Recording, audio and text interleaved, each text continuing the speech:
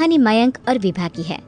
मयंक एक अच्छी नौकरी करता था, लेकिन विभा की जाति का ना होने के कारण विभा के माता पिता शादी के लिए नहीं मानते हैं। पर जब दोनों अपनी मर्जी से शादी कर लेते हैं तो क्या है विभा, 6 साल हो गया है शादी को, लेकिन एक दिन नहीं गया कि तुम माँ पापा को याद कर परेशान नहीं होती। मैं कितनी कोशिश करता हूँ कि तुम सब भूल जाओ। कोई नहीं भूल पाता है मयंक, माँ पापा को कोई कैसे भूल सकता है। तभी सास का फोन आता है। माँ लो, विभा से बात कर लो, आज उसे अपनी माँ की बहुत याद आ रही है। बेटा विभा, मैं आ जाऊं? हम दोनों चलेंगे तेरे माँ पापा के पास। बोलो। ना माँ जी, वो आप लोगों को कुछ बोलेंगे तो मुझे और भी बुरा लगेगा। आखिर आप भी मेरी माँ ही तो हैं। अरे सुन लेंगे ना यार, कोई बात नहीं, बोलेंगे ही ना। चलो माँ, मैं फोन रख रहा हूँ। वो क्या है ना, आज विभा को लेकर डॉक्टर के पास जाना है। बहुत दिनों से इसके सर पर लगातार दर्द हो रहा है। अरे हाँ हाँ, ले जा बेटा, सर दर्द को हल्के में नहीं लेना चाहिए। वैसे भी ना बहू सोचती बहुत है।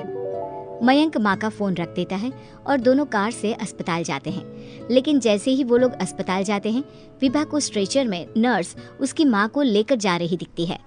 मयंक, माँ, मयंक वो मेरी माँ है। इतने सालों बाद दिखी भी तो इस हाल में मैं उनके पास जा रही हूँ। अरे रुको, कहीं वो लोग तुम्हें देखकर और परेशान ना हो जाए, या फिर तुम्हें कुछ बोल ना दे विभा, तुम फिर परेशान हो जाओगी।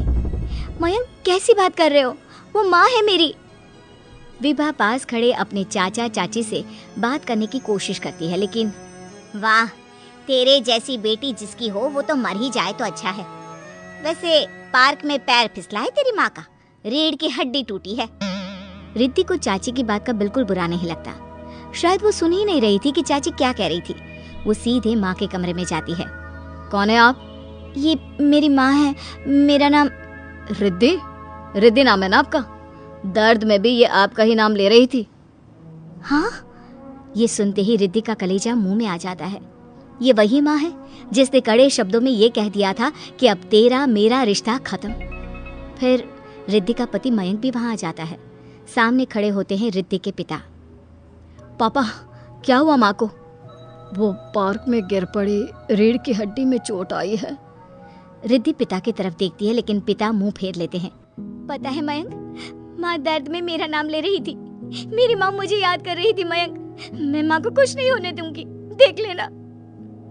हाँ रिद्धि, हम मिलकर माँ का ख्याल रखेंगे, उन्हें फिर से खड़ा कर देंगे।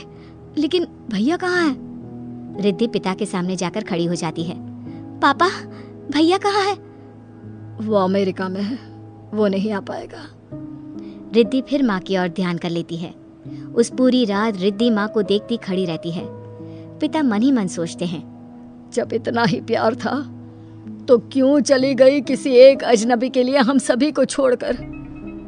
तभी डॉक्टर बाहर आते हैं। आपकी वाइफ को होश आ गया है, क्या मैं उनसे मिल सकता हूँ? जी नहीं, वो बार बार अपनी बेटी का नाम ले रही है। रिद्धि बेटा, तुम अंदर चली जाओ। माँ रिद्धि को देखकर रोने लगती है। बेटा, माँ के गले लग जा। मैंने तो सोचा था तेरा चेहरा देखे बिना ही मर जाऊंगी। ऐसे कैसे? भला मैं अपनी माँ को कुछ कैसे होने दे सकती हूँ? माँ उठने की कोशिश करती है, लेकिन वो उठ नहीं पाती। देखिए, आपकी रीढ़ की हड्डी में फ्रैक्चर है। मुझे प्यास लगी है, पानी पीना है। रुको माँ, मैं हूँ ना, मैं पिलाती हूँ पानी अपनी माँ को। कोई और नहीं आया? तेरे चाची चाचा आए थे माँ, पर शायद मुझे देखकर चले गए। जाने दे, इस वक्त भी पुरानी रंजिश देख रहे हैं। और रंजिश भी कैसी? माँ अपनी बेटी से